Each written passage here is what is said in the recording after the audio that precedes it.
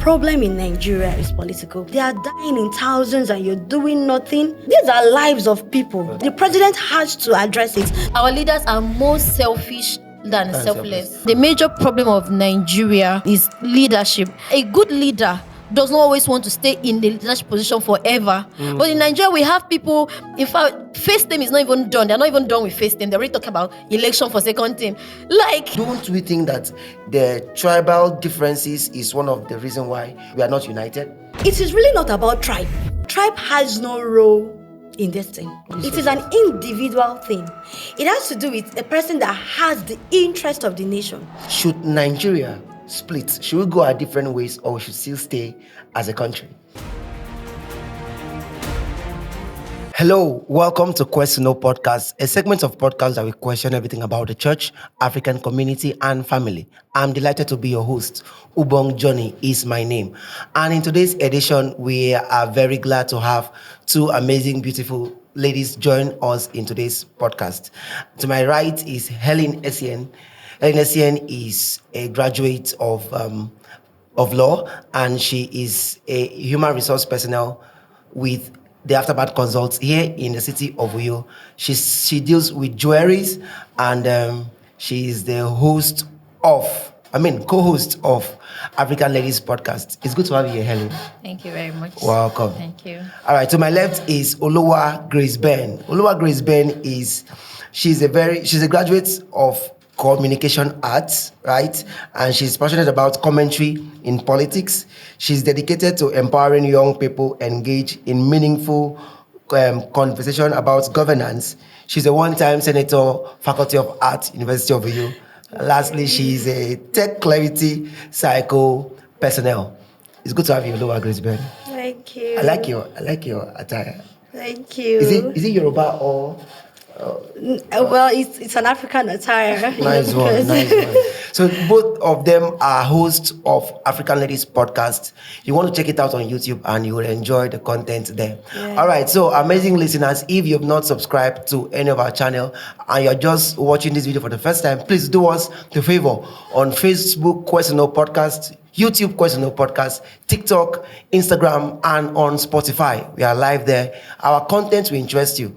All right, in today's topic, we are talking about divided we stand. Is Nigeria unity worth it? Is Nigeria's unity worth it? Nigeria is a home of over 250 ethnic groups. Wow, isn't that amazing? And we have over 500 dialects spoken across Nigeria. Yeah. And this is the reason why people say diversity in unity. So is Nigeria's unity worth it? Can we really, as a country, stay as blessed as we are with our diverse language, with our dialects? Can we still be united as a country? And also, I want us to know that 50% of religion in Nigeria is Islam, and about 45 to 46 is Christianity, and the rest percentage are either traditional religion or they don't worship any religion at all.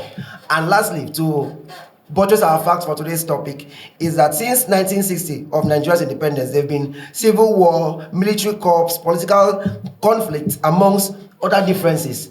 And it's interesting to know that in the Biafra War, Helen, I discovered that according to statistics and research, over 1 million people lost their lives during the Biafra War. Yeah.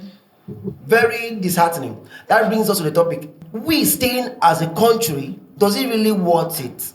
Should the different culture or different religion go their separate ways for us to attain unity in Nigeria? Let's see how these amazing ladies will do justice to this topic. So my very first question goes to the graduate of law. Ma'am, what are the root cause of Nigeria's disunity? Will you say it's religion? Do you say it's culture? Or will you say it's political or economical? Okay, I think I would like to start by saying that it's majorly political. That's leadership. Okay. Because every Nigerian out there, that's exactly what they would say, I believe. Because the leadership of a place determines how a place flows, determines how a place will run. If the leadership of a place are really, really intentional about the growth of their people or the people that they are leading, you will see that it will show. It doesn't hide. At the end of the day, you can tell, at the end of a particular tenure, you can tell this was a good governor, this was a good president. Courtesy is the people that will tell that this was actually a good person. But when a person is actually leading a particular set of people, and at the end, majority of the people that he or she is leading, they're not happy with the person, you could see that there's nothing hidden about such governance. So I would say that the major problem of Nigeria, is leadership. Our leaders have, to some extent, I can boldly say that they have failed us. Yes, they have, because they don't lead Nigeria as if they have Nigerians at heart. I think our leaders are more selfish than selfless. But you know that one of the attributes of a very good leader is selflessness. As a leader, you're supposed to be selfless, not thinking about yourself first. Yourself should be the last. Yes, because leadership is service. Leadership is not about the position. The position is just, should I say, is a decoration. Let me use that word. Okay. The major reason of you being a leader is to serve the people. So if our leaders have seen Nigeria has a service to them, if you're actually assuming the position, whether it's a president, whether it's a governor or a chairman, whatever it is, position that you are acquiring, that you see it as a service, you will see that it will help Nigeria. But our leaders, they don't. It's not what they show us is more. It's likely not service. And another thing, if I'm to add to that, you will see that I think Nelson Mandela was one of the leaders, African leaders, that after his first term, he left. Even when he was about leaving, people really wanted him to continue. But he said, no, I'm not going to continue. That's an attribute of a good leader. He left. You will see that a good leader does not always want to stay in the leadership position forever. But in Nigeria, we have people, first term is not even done. They're not even done with first term. They're already talking about election for second term. Like, people are actually crying, they're in pain, but you're not looking at it. So at that point, it shows that our leaders are more selfish than selfless. So you are of the opinion that if the leadership of Nigeria is fixed, Nigeria will be fixed. Nigeria will be fixed to some extent. It may not be 100%, but I think it will be more than 50%. If we are to share the blame of let me stop at that point. Let me come to Oluwagrace, because I have some questions running in my mind right now. Okay, Oluwagrace, let me bring the same question to you. What do you think is the root cause of Nigeria's unity? Is it political, religion, economical, political, as the lawyer has said? Okay, most of the time people think that the religion is the problem we have in Nigeria. But over time, we've come to realize that it is political, because some people are speaking up now to tell us that most of the insurgency we have in the northern parts of Nigeria is being sponsored by the government, which means that it is political and not religion in quotes. You get? Because even some other religions are crying out and like, oh, this killing that is happening is not just to a particular religion, it is happening to us too. Which means, like she said, that it is political. The problem in Nigeria is political. And there is a popular saying that says that if insurgency should last in a particular country for more than 24 hours, it means that the government is involved, because whether we agree or not, it means that the government know what is going on. And if they want to put an end to the disunity, because right now what we're facing in this country, there is no unity at all in this country because of the killing.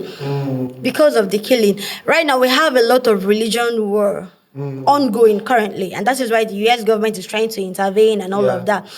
But then if you look at it, the US government, they are directing their instruction to a particular set of people, which is the government.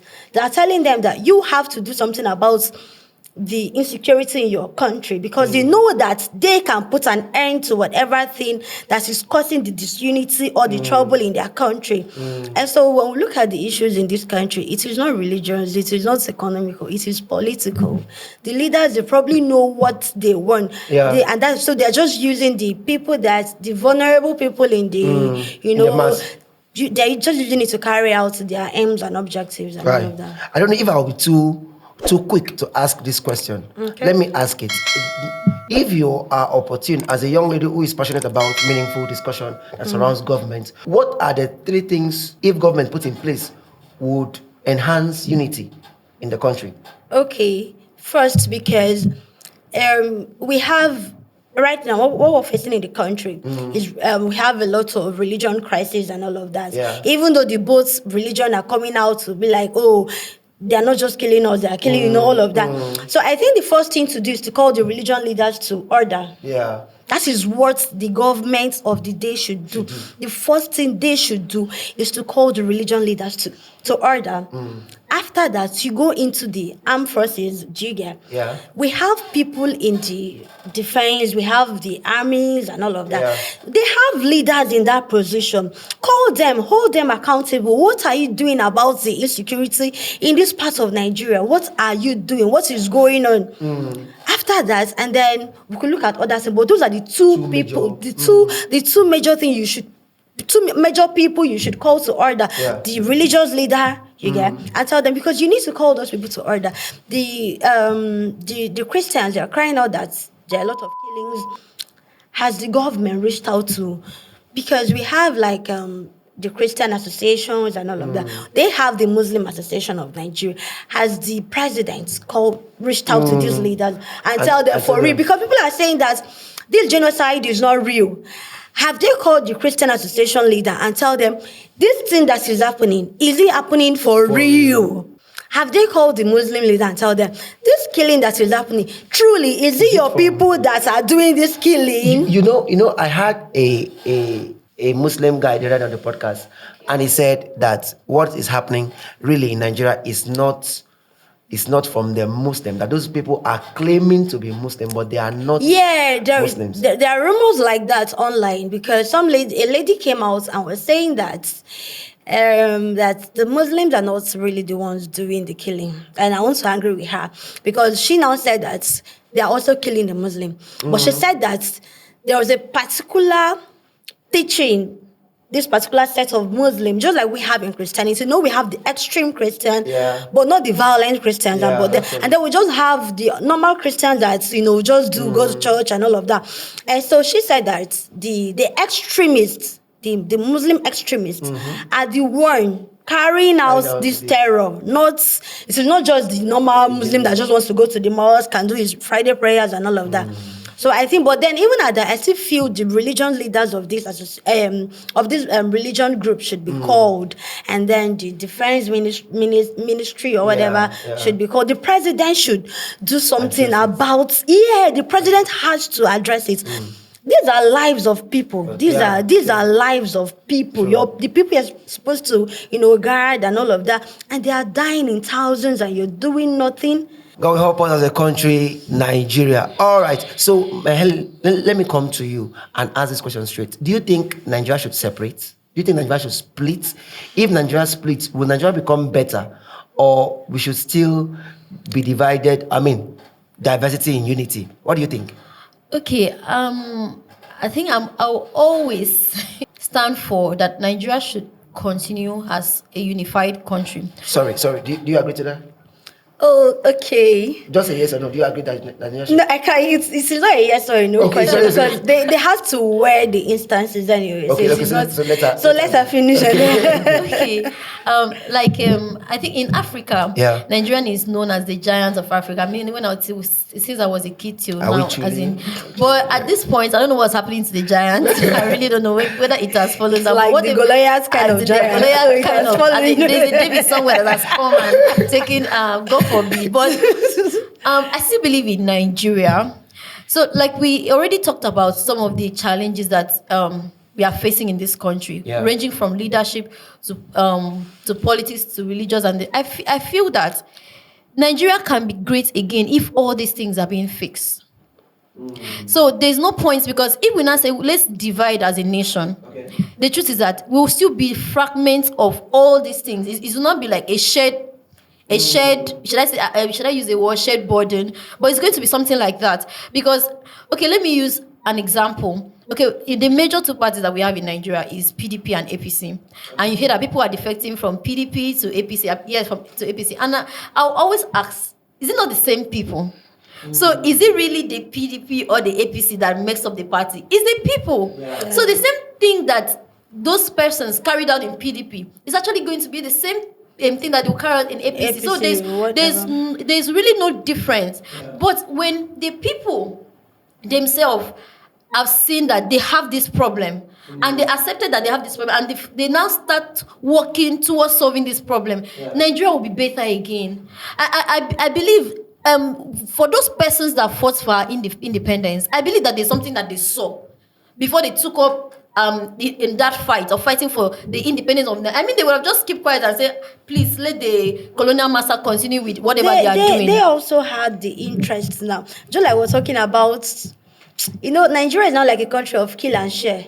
Okay. So even the people that fought for the interest of the independence and all of that, they had their own interest. So it wasn't really because they so much love the country. Do you get? Okay. So personally, their interest might have been our interest. Yeah, somehow it's with Nigeria is how many years now? 60. So if Nigeria is 60 years or 65 or whatever years Nigeria is, right? Because we just celebrated our independence. We've over the past years till this particular year now, what has shown that the reason those people fought for those independence was because they had the interest of the country. And if we want to trace back to the gain or the progress those people made, is there anything really tangible that could be like, oh, this person fought for this independence so that Nigeria could be this and we're enjoying what this person did? It's just like a kill and share something. Oh, let us take independence from these white people or from the colonial master. Let us be the leader. Let us rule it. Let us share this thing. That is my own thinking. I know it might not be the same for you and you, but that's what I think. Okay. But even with that, I would still say that because looking back at Nigeria in those days. Okay, I remember while I was in I think primary school, I can remember when I used to tell myself that one day I want to travel around Nigeria. Not through you can't try it not now. through you can't like try it not now. through flights, as I want to do it on land. Go to different but right now I don't. You can't even travel within your own state. The dream has been long buried because like she talked about insecurity. There was once a time Nigeria was secure. There was actually. I mean, you could go to any part of Nigeria, even with not 100% secure. Yes, but it wasn't this way. Like if your loved one is traveling, the only thing that you should be scared of is maybe accidents. Accidents. That used to be our fear back then. But you will not be scared of kidnapping, bandits, and all those things. Yeah. But compared to now, our prayer point has increased. We now pray against compared to now. There was a time, like the other day I was asking, a nation that we have oil, how much is fuel? But in the same country, fuel was sold at, was it 80 something naira? Somebody would say, okay, that the economy, But funnily enough, we didn't appreciate that government. Actually, we did not. Well, Nigerians will accept with me. Agree with me that we did not. Yes. But it is our oil. He wasn't doing us a favor. Okay, it should have been shared for free. No, even if it is to be shared for free, it is our property now. So, it's just like. I mean, 85 naira. Our resources, do you get? And then you're giving us oil and fuel for whatever amount. This is our resources, even if it is sold for 5 naira. Now we get them. So we can criticize as much as we want to. Yeah, just sell it to us. Somehow. Yeah, I will not really totally agree with that because in as much as this thing is our resources, it is actually we have it in it exists in a raw form, a raw state that have to be refined. Yeah, that is why we have the money, the amount attached. Which is like the amount that is sold, maybe 15 naira, because that is the 15 naira is now being used to process. Okay, for the processing. Yeah, but for the raw, we have the raw products already. Okay, but like I was saying that there was a time that Nigeria was better than this. In as much as we didn't appreciate those governments, I remember that a president of this country had been once called a woman. I'm like, really? But let's not go there. And we didn't appreciate it, but Nigeria was better, far better. There was a time like that. So there is I no believe better days in Nigeria. You will pass our better days. I don't believe in that. As long as there is life, there is hope. So like we you know that one of the things that can change not just a nation but a group of people is when you identify your problem, you know you have Make this problem, effort to and you solve make it, effort to also change it. So now as a country, I think we have identified our problems. Some people will say it's corruption. But if you ask the typical Nigerian, what's the problem? They will just tell you it's corruption. Before they even get to it, they will say it's corruption. So now that we have identified that it's corruption, we have identified that it's insecurity, it's leadership problem. What should we now do about it? What should we now do? And it's not just limited to the leaders, but even to us as citizens of Nigeria. If you are given an opportunity to become the president of Nigeria in the next 24 hours, what can you do? Or I hope you will not see it as an opportunity. A lot of people don't have it. When you tell them stuff like that, if you're given an opportunity to become president of this country for 24 hours, they'll be like, did they even know what to do? Because they really don't even have interest in the governance. Exactly. And you can't even blame them. Okay. You can't blame them. Like they just feel this country is beyond control. Like this country can never be controlled. Unconsciously, there's that. They just feel this country can. Nobody. Let's just run away. A lot of people feel there is an overseeing power over this country. They just feel a leader cannot just put this country in shape. So when you tell somebody you're giving the position to be the president for 24 hours, what can you do? They just feel, even if they say, "Oh, I can stop the insecurity, I can do this," they just feel, even within them, they feel it cannot work. It's abstract. Yeah, they feel that there is something that has to be done. And then I must feel maybe the change should just have to start from us, because even these leaders, we are the one that makes up the leadership. So I feel if an average person wants to be like, okay, let me just do something different. Even when the person grows and become a leader, because people already has that mindset of let me do something different. When you get there, you want to do something different. So I think you should answer the question now. Should Nigeria split? Should we go our different ways, or we should still stay as a country? You know, that's a very sensitive question, right? Yeah. Because at this point, a lot of people are like, okay, maybe we should just separate and then go our different ways and all of that. But looking at, since when Nigeria got independence and now we're like 65 years, you know, most people still feel that there could be some change. And the last time we had a podcast and I was sharing with my co-host and I told her, why are you so hopeful of this country? We've been 65 years and she's like, oh, America is almost 100, you know, you cannot compare their progress to all of that, of that. And I tell her that, and I told her that for a country to, you know, make progress, there has to be one ideology. Yeah. The people of that country has to share the same interest, which is like, oh, we want the growth of this country. But when you come to our country, Nigeria, do we share same ideology? If you go to the northern parts of Nigeria, you just feel those people are living their own life. They even have a different law governing them. We have the Nigerian constitution, but they have something called Sharia law over there. And even the Nigerian constitution recognizes the Sharia law. Do you get that? Which means we have two laws in one nation. So, and then, even though the country should continue or probably separate, which I would always advocate, but if you know, they'd be like, oh, you should not advocate for separation, let us try, we can do this, Nigeria can work. You know, it's just like staying in an abusive marriage. You know that this marriage, this thing can kill you, but you're like, you're just hopeful, maybe one day it go better, like maybe it could change, or let's just continue. Maybe when my husband maybe is 40 years, it could not change. That is the situation we are in now in this country. Because if you look at, Nigeria is blessed with a lot of resources. We have a lot of resources in this country, which we feel that if this country should separate, the Niger Delta people will be able to use their resources to, you know, build their own community. And even if the North sometimes be like, oh, you would depend on us for food and all of that. When we use our resources, which is the oil, to fix our economy, we can always import from you people. We don't have to share any stuff with you. Like, we don't have to be bred any nationality with you. We can just buy from you. Let's just be doing the buying. Let's not come together. And looking at the separation of this country, it is really a big issue because we have to sit back and have a rethink. But looking at the circumstances right now, the best thing to do is to divide the country. But before the division, the government has to put a lot of things in place because they have to look at the what is it called, the boundaries, because we share a lot of boundaries to avoid conflicts in the future and all of that.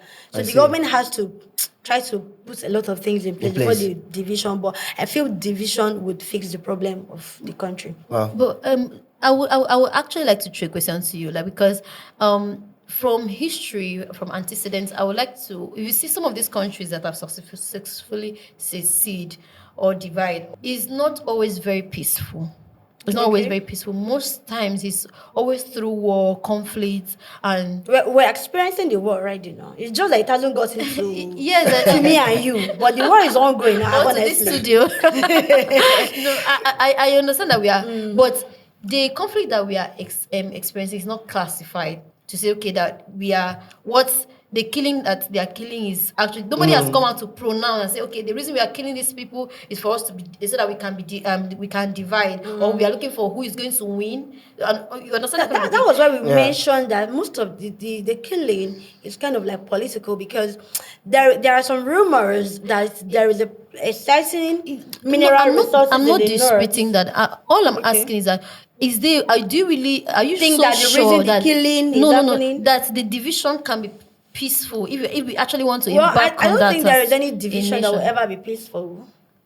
Okay, but I to some extent I feel if the government, the thing is that one thing is that the government would never want the country divided. And of course there's even a law that for that. Yes, because even as if you're a citizen and you start advocating for division of a country, the government probably might come. It's a treasonable offense. Yeah, so the government probably might come for you. Oh, why would you want these countries to divide and all of that and all of that?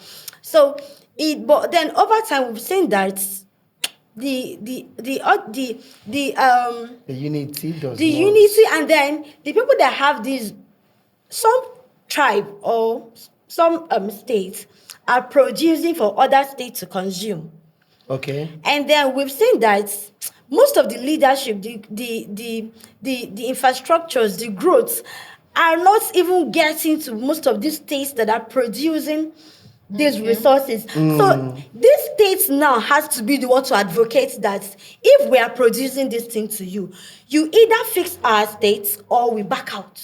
They are the one. So it is the leadership in that state, they are the ones to advocate for division.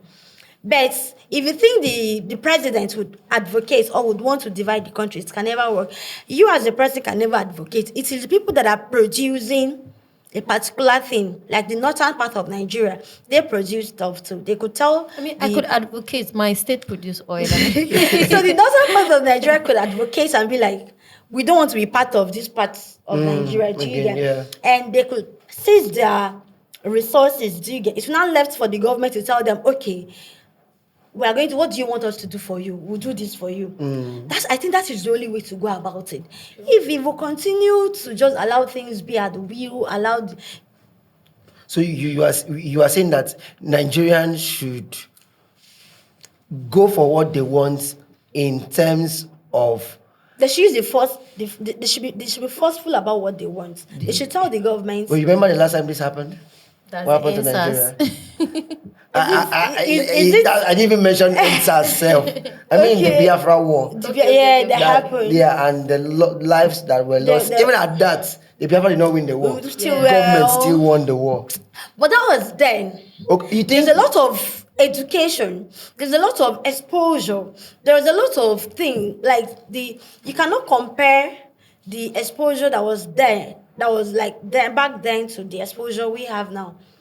Do you get? So maybe by then they had one or two leaders fronting it. Now, if a particular state you don't have one or two leaders again, almost everybody is not a leader in their own capacity. You know, this is the same thing I almost had in mind too. When I was 5 and my sister was 6, I said in my mind that I will soon reach her age. Not knowing that as I'm growing, she's growing too. Now, you are saying that we will have leaders in states protesting for their independence. Not knowing that the governments too have also increased in their military might. I think Nigeria is the fourth military might in Africa, after Egypt. Why are they not using it to make the country peaceful? Especially because in the the part of reason people are advocating that the country should go a separate way is because of the insecurity. Mostly, yes, the insecurity. I mean, even as that, like, imagine now you're part of the NYC actually, and you are being sent to the. In fact, it's a prayer point. That you shouldn't go there. Don't send me to the north. But before it wasn't like that. It wasn't like that. And these people are being kidnapped, and at the end, I heard of a story of a woman that was selling akara by the roadside to sponsor the child through school, and such a child was kidnapped on his way to save his dear country. And so that's the situation we are in now. So I don't think anybody would want a loving state, a state that cares about their interests, a state that is providing security, a state that is well put to be divided. If a Nigerian was a well coordinated state, I don't think there will be anybody that will sit down and want that state to be divided. Because I can relate that US speak. Okay, I think I'm bringing this. I'm shifting now from politics now to cultural belief, and so that to extent that US, as big as it is, they all speak one language, which is the English language. Yeah. So don't we think that the tribal differences is one of the reason why we are not united? It is a factor. Okay. Yes, it is a factor. It's actually a factor. Yeah, it is a factor. Okay. To me, someone like me, it's not really a problem, because seeing different people as in different tribes comes together to live together, to me, it's fascinating to me. So I don't really see. Have an issue with that. Yes, I have an issue with that. You too? Well, it's like I said, it is a factor. It could be a factor to the disunity in Nigeria, but it's not like a major factor to why we have the insecurity. Because right from the onset of this country, we've always had cultural differences. Even as a state, we have people that don't share the same culture. That's why, in a state like Akwa Ibom, we have the Anang, we have the Bibio, but they still live, in unity and all of that. So even though culture plays a role, but it does not play like a major role. So we can't say the insecurity in Nigeria is as a result of the cultural differences. No. Yes. It is not. It is not. Even though it could be, well, it's not like it's like maybe an underground store. Maybe you always want to pick your tribal man over another tribal man. Stuff like that. Yes, but it's still, although not pronounced as it were, that we have not allowed an Easterner ascend the throne of the presidency in this country. Please don't use the word "we have not." I'm not part of it. But it's collectively our the country.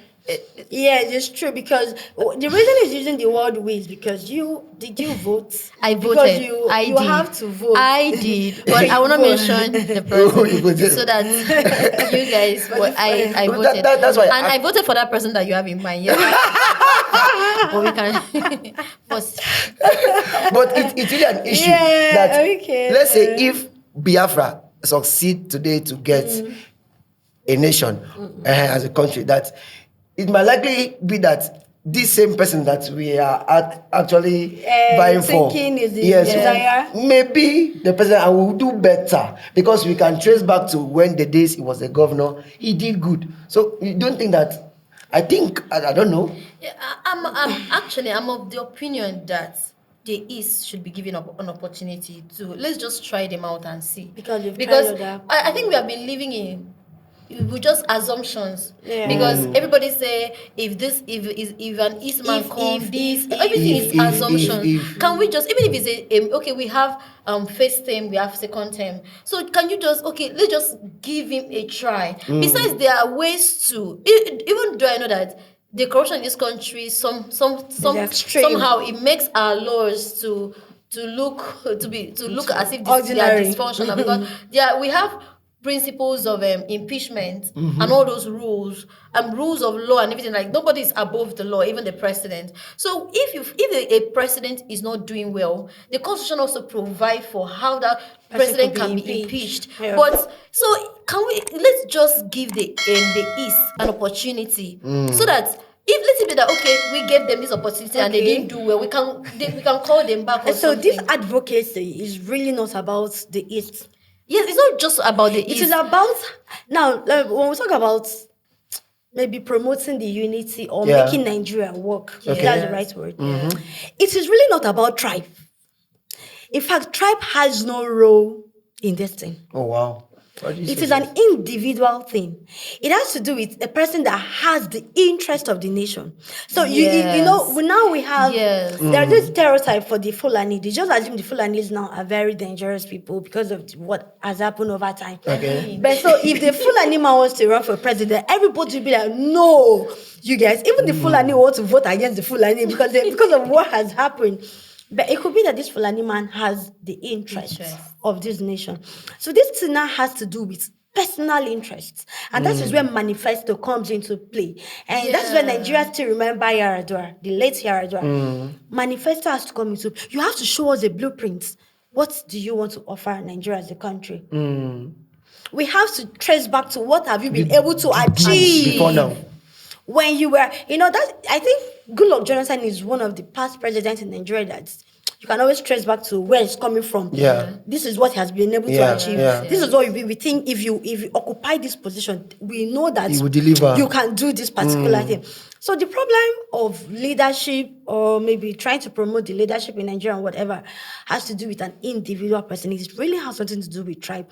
An Eastern person could be worse, it could be better. You get a Fulani person could be evil, but it could be good and all of that. It has to do with an individual that has the interest of the country. That is just it. Wow. And you look at the example of what is happening in Burkina Faso. You get just have to have the interest of the country. Just have the interest. Even if you bring it back to the family, because I advocate very much for family relationship and all of that. When you have the interest of your family, no matter where you are in this part of the world, there is no network. There is no. Your family has to. You have to ensure that you want to know how things are running in your family. If somebody is sick, you need you cannot be unaware that your mom was sick or your father or your somebody's getting married and like I don't know. You have to know why, because you have the interest of that your family. So we just need a leader that has the interest. Just don't be anything, even if you are blind, just have the interest. We know we cannot see your interest, but then some interest can never be it can be. know that based on your past, you've shown us that you can do great things from little places and all of that. One of the motivation, we can do great things from little places. Then. Amazing viewers, you've listened and viewed and watched us. Amazing, this beautiful ladies talk so far, so good. What is your point of view in this matter? Do you think Nigeria will do better if they go splitted, or if they go their separate ways, or should we still stay hoping that Nigeria will get better, according to Barrister Helen? All right, so this brings me to the next question. I'm not You are not yet advised. I know. Incoming. Okay, so in what way do government policies contribute to the disunity of this country? We know since governments are not doing things directly to contribute to the unity, that means they are actually indirectly doing things contributing to this disunity. Can we have some points from that angle? Okay, should I? Okay. So the thing is, government's policy all of the time could contribute to disunity in the nation, especially if that policy is not well communicated. Oh, that's true. Before I go to the file subsidy policy, let me look at the new tax law policy. Oh. Now, there is a lot of hate in ground now for the current president. Why? Because of the new tax policy. Now, it could be that the policy is for the, maybe to aid the citizen, but it has not been properly communicated. And so an average Nigerian feels that in 2026, that when they pay 1 million into their accounts, that the government would take 10 or 20% of that 1 million, which to some extent might not be true, but because the government has not really communicated that policy well, and because I read somewhere that the reason the president is doing all of the new tax law is so that households that are poor will not have to pay tax and all of that. People still feel somehow you want to get our money. Tell me this thing well, make I understand. That is what people are trying. So most of the time, the government policies, when they are not well communicated, the people tend to like cause disunity. And for example, the fuel subsidy removal that happened when the president became before he was when he was elected, the president, he just came up and said subsidy is gone. You don't do that to a nation that has been enjoying fuel subsidy. Do you get? Even though you want to remove the fuel subsidy, you give them reason. You tell them how this subsidy, the removal, the money, where the money will be channeled into, how the money will be used, and all of that. When you carry the people along, the right thing, carry your policies are good, but carry these people because the policies are meant for the citizens. Carry them along, make them know that we are doing this thing, but the reason we are doing this thing is so that we can achieve this thing. That's just that. So some of the policies that are really affecting the disunity of Nigeria, which is like the fuel subsidy, is really affecting the disunity of Nigeria. Even though it is a good thing, it's just that Nigeria is not a country where we can really hold our leaders accountable. So the president stated why he is removing the fuel subsidy, and he's saying that okay, we're putting this money into this sector, but we're not feeling the impact, and that is why people still feel that that policy, is bad. Something is wrong with and even the new tax law. The president has said that he's doing it that in some household that earn like 800,000 in a year, they won't get to pay tax. But people still do not understand it. So it is disinformation or misinformation or non-proper communication is what is really affecting. what is causing the disunity right now regarding the president's policies and all of that. And also, like she has talked about impact. I believe that if we the people, we see what our leaders are actually using all this subsidy, all these tax collected for. You won't. It's just like when let me use we are Christians, I believe, and we go to church. There's how your pastor will preach, and they don't even need to call for offering. Somehow, because of they just want to give. You just want to give, but there's how you get to a place, maybe a church, and they are turning offering like 5, and you're like, what is going on here? And you look at the building of the church, and everything just what is the problem? Really what are we doing for?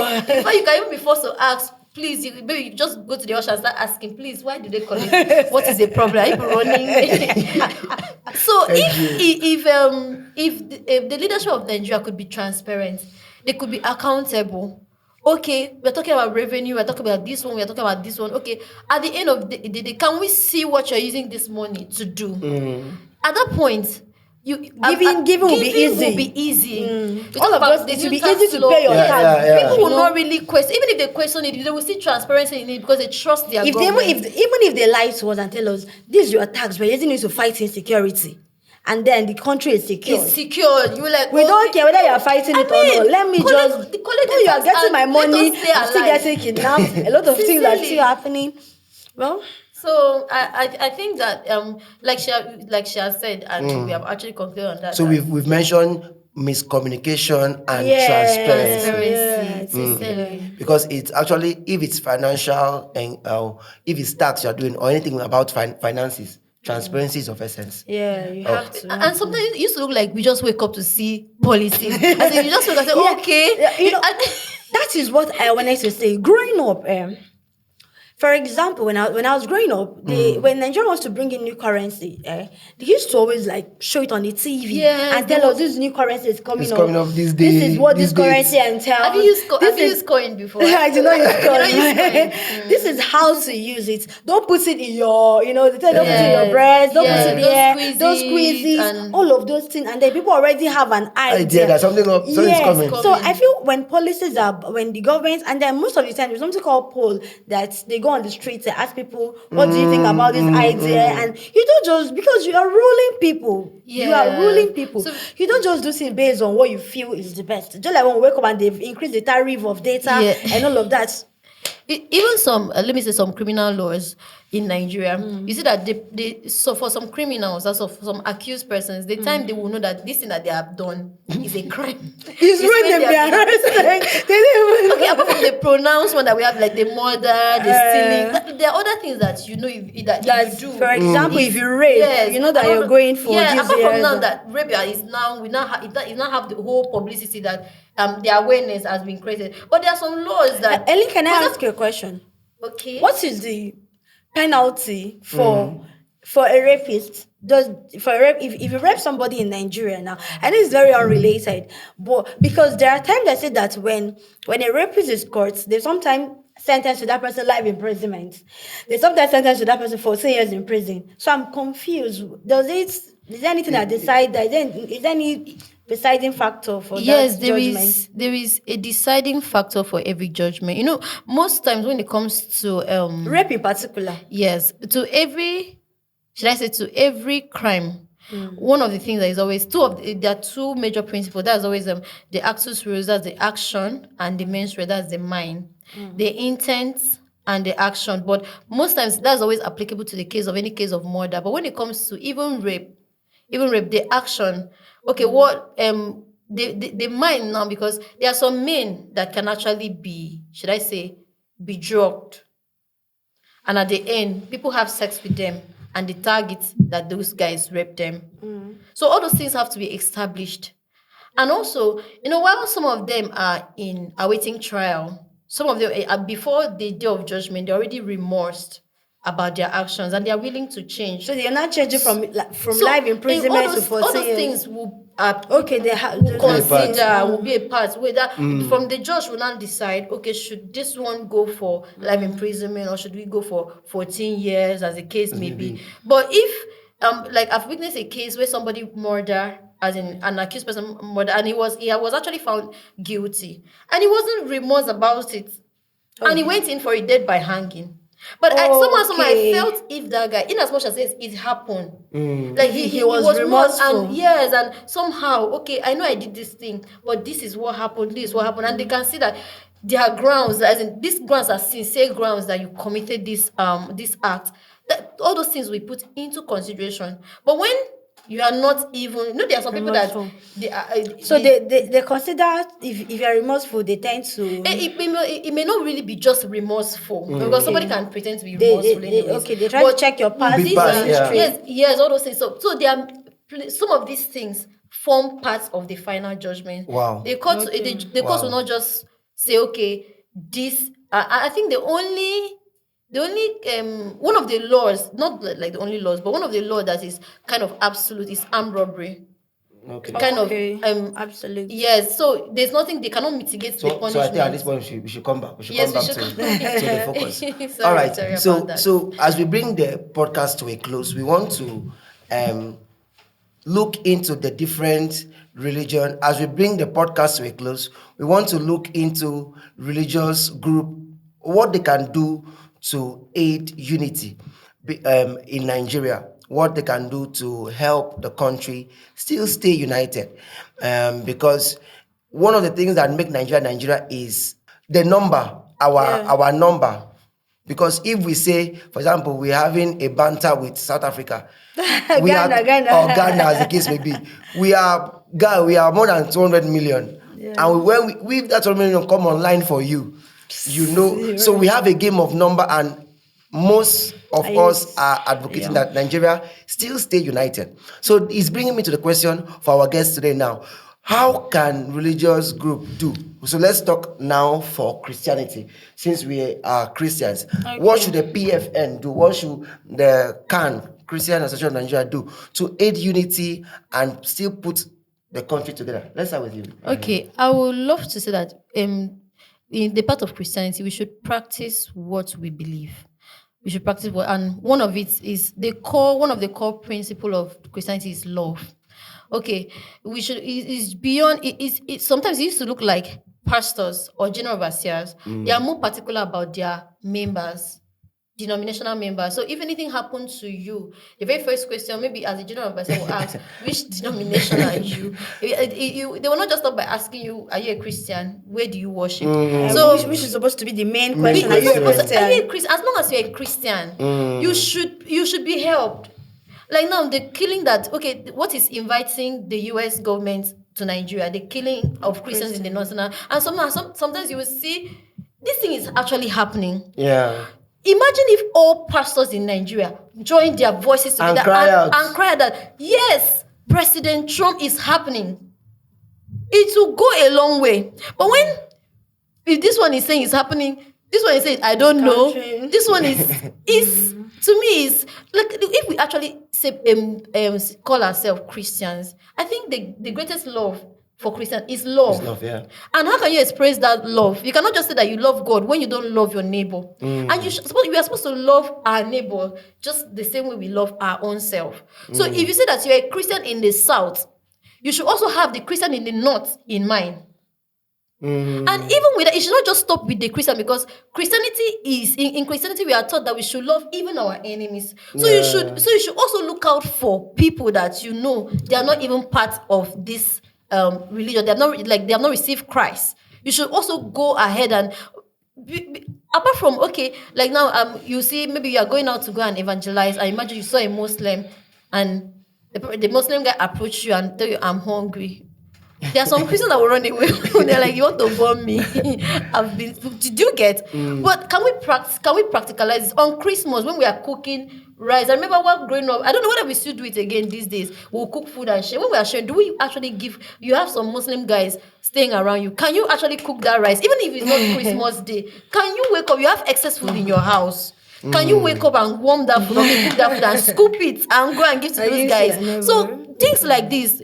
Things like let's practice love. This love. Whatever we believe as Christians, let's practicalize it. And of course, this is why Christ. This is one of the reasons Christ came. I remember if you check in the Bible, Christ was always found seated with those people that are condemned, and even the disciples were like, "You're not supposed to sit with this person. This one is this one," and he was like, that's why I came. So this is why I came. I didn't come for the righteous and all those things. So if we are actually following that Christ, emulating that Christ, it should not just be by the words of our mouth on pulpit or in the church. It should be beyond church. After Sunday, the real life starts after church. So it should be what we are believing should be put into practice. All right.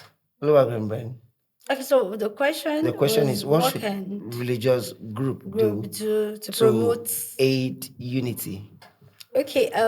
Even though you don't advocate. So actually, I advocate. Okay. Nigeria should be one country. A lot of us like this. We should just be peaceful. Okay. So at first, I want us to know that we're first human before religion or whatever thing. So before you became a Christian, a Muslim, a traditionalist, and all of that, you are first a human. And so there is one thing they always say, that you should not fight for your God. Right. Somebody insulted your God and you are killing that person. If that your God really feels insulted, he will kill that person. Are you trying to tell us your God is powerless? He will kill that person. Even as a Christian, I hold that belief too. People say that you are blaspheming. You are blaspheming against God. It is not in my place.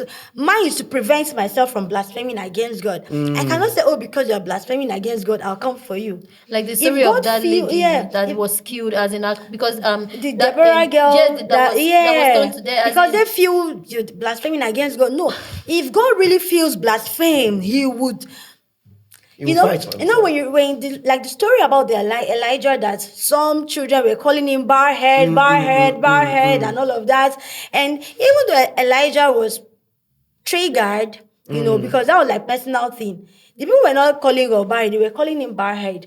So you cannot, even though the lion came out from the bush and then ate those children and all of that, it was because Elijah wanted that to happen. So, but in situation like when it comes to me and you. It is okay if we're having a fight, personal fight between me and you, but it shouldn't be a religious fight like, I am fighting you because you don't want to believe in what I believe. So I feel what the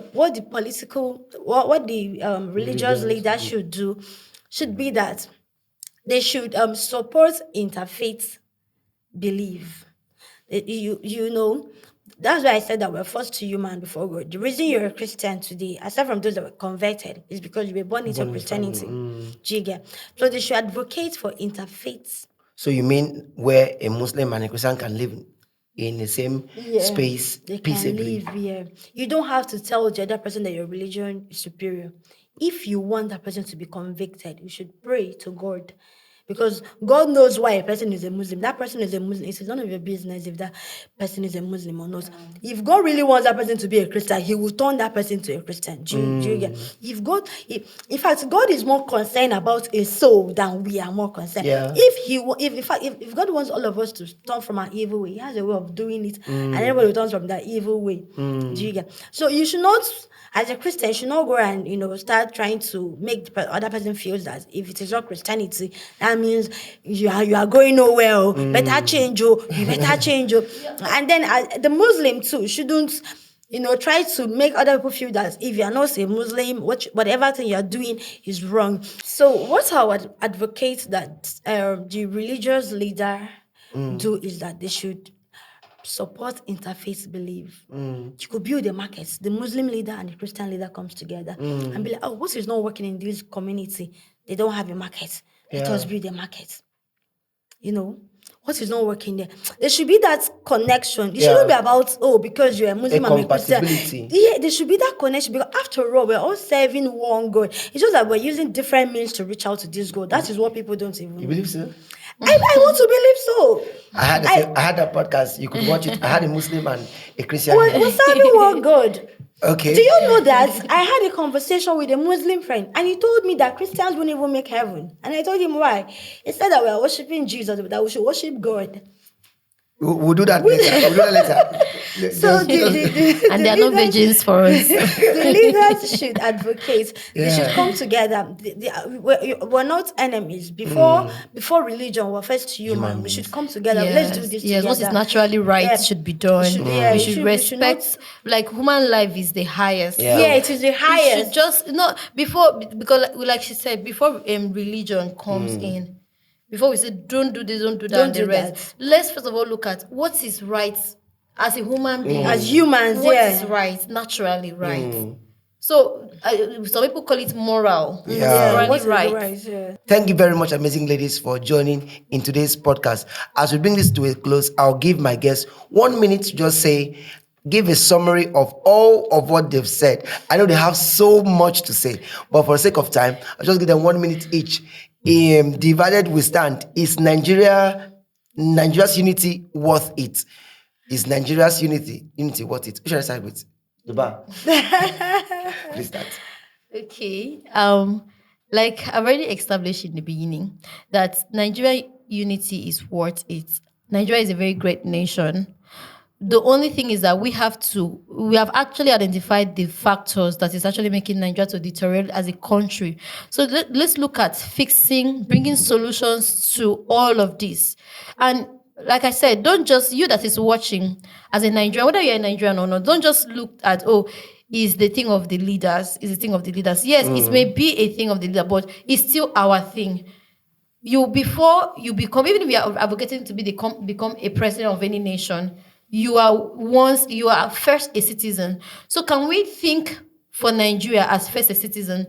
And Nigeria is a collection of families, collection of different families, and that families turn to a village, turn to a local government, then to a state, then to a nation. So in our different families, let's actually look at all this thing that we have said that is a problem in Nigeria. If you are complaining about corruption among the leaders, how do you lead in your own family? Amongst your siblings, maybe you are the eldest, or whatever the case may be. How do you treat your siblings? How do you treat as a husband? How do you treat your family? How do you treat your wife? How do you lead at work as a corporate person? Whatever profession that you are, because you know that in as much as we say that yes, the major thing in Nigeria is corruption, and it flows from. But before it gets to that top, it started somewhere. and it grows. Now it has reached the apex. But if we can start, all of us as Nigerians, we can say, okay, I'm going to be intentional. Hold I know yourself corruption is the accountable. thing, but I'm going to hold myself accountable. As a class rep in your class as a university student. So what are you doing? You are writing somebody's reg number and name. Is that part of? Are you not understand? Please. So we should. Your solicitor is advocating for you guys some more. But like I said, let us start start being accountable. Let's start the whole reformation of Nigeria. Let's start with ourselves. Somehow, if we start with ourselves, it will transcend. Yeah. It will transcend into the state, into the beyond the local government. It will transcend. Thank you very much, Ellen. Thank you very much, Ellen Essien, for that Like wonderful clapping. insight. Of course, we can clap, and I know our audience are clapping as well.